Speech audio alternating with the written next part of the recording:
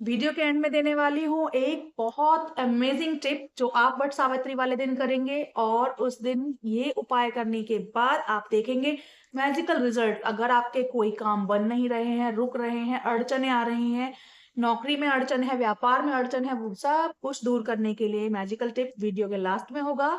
तो वीडियो को कंप्लीट देखिएगा, स्किप मत कीजिएगा, वरना कहानी और टिप दोनों से ही आप छूट जाएंगे। सत्यवान सावित्री की प्रेम कथा के साथ इन टिप्स का एक नया सफर शुरू कर।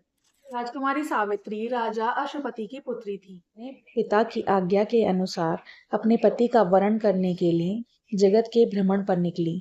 वन में उन्हें सत्यवान मिले और सत्यवान को उन्होंने अपने पति के रूप में वरण किया।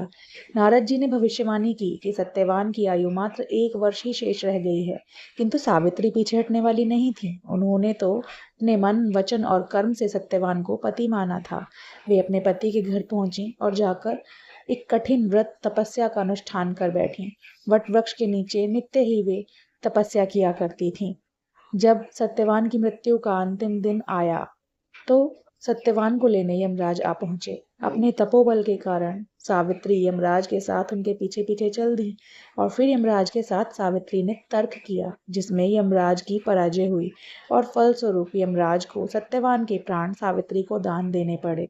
अपने तपोबल के कारण ही सावित्री ने यमराज से अपने अंधे ससुर के नेत्र मांग लिए, उनका छिना हुआ राज्य भी वापस मांग लिया और अपने लिए 100 पुत्रों की माता होने का वरदान भी प्राप्त किया, जो सत्यवान को वापस लाने का मार्ग बना। सत्यवान सावित्री के इसी अमर प्रेम की कथा का प्रतीक है ये वट वृक्ष महोत्सव, यानी कि वट सावित्री व्रत। इस दिन के लिए कुछ ऐसे टिप्स और ट्रिक्स मैं आपको बता रही हूँ जिन्हें आप फॉलो करेंगे तो आपके लाइफ में प्रॉस्पेरिटी एंड ग्रोथ आएगी। अगर आपके जॉब में किसी तरह की कोई प्रॉब्लम है तो आपकी वो प्रॉब्लम भी दूर होगी। और अगर कोई तीसरा व्यक्ति आप दोनों के बीच में, हस्बैंड और वाइफ के बीच में तनाव पैदा कर रहा है, तो वो भी आपसे दूर होगा। फॉलो कीजिएगा इन टिप्स को। तो टिप नंबर 1, टिप पहले, वट वृक्ष के नीचे 11 देसी घी के दीपक जलाने हैं। इस रेमेडी को करने से क्या होगा? इस रेमेडी को करने से कोई तीसरा अगर आप लोगों के बीच आ रहा है तो वो दूर हो जाएगा। सिंपल सी रेमेडी है। आपको 11 दीपक वट वृक्ष के नीचे जलाने हैं, उस पर आलते से तिलक करना है और उन सभी दीपकों के अंदर 11-11 साबुत चावल के दाने डालने हैं। इसके बाद माता लक्ष्मी से प्रार्थना करनी है कि आपकी जोड़ी अमर रहे। आपके प्रेम के बीच अगर कोई और आ रहा है तो उसे आपसे दूर होने का आशीर्वाद आप माता लक्ष्मी से मांगिए। ऐसी कामना करने के साथ साथ आप एक काम और कीजिए कि आप शिवलिंग पर दूध अर्पित कीजिए। एक वट वृक्ष के पत्ते पर हल्दी से ओम बनाइए, उस पर चावल के दाने रखिए और पीली कौड़ियां, 11 पीली कौड़ियां रखिए और उसे ले जाकर माता लक्ष्मी के सामने रख दीजिए।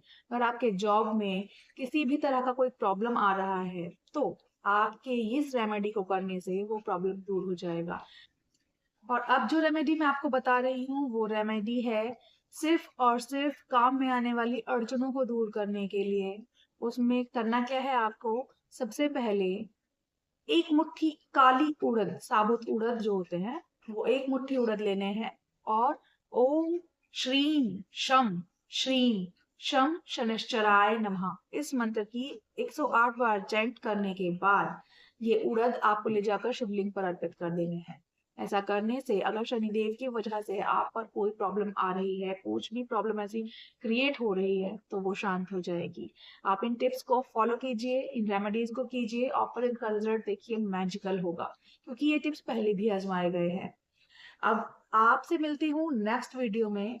तब तक आप इस वीडियो को लाइक कीजिए, शेयर कीजिए अपने फ्रेंड्स के साथ में और कमेंट में बताइए कि आप कौन सा रेमेडी करने वाले हैं। तब तक के लिए स्टे ब्लेस्ड। राधे राधे।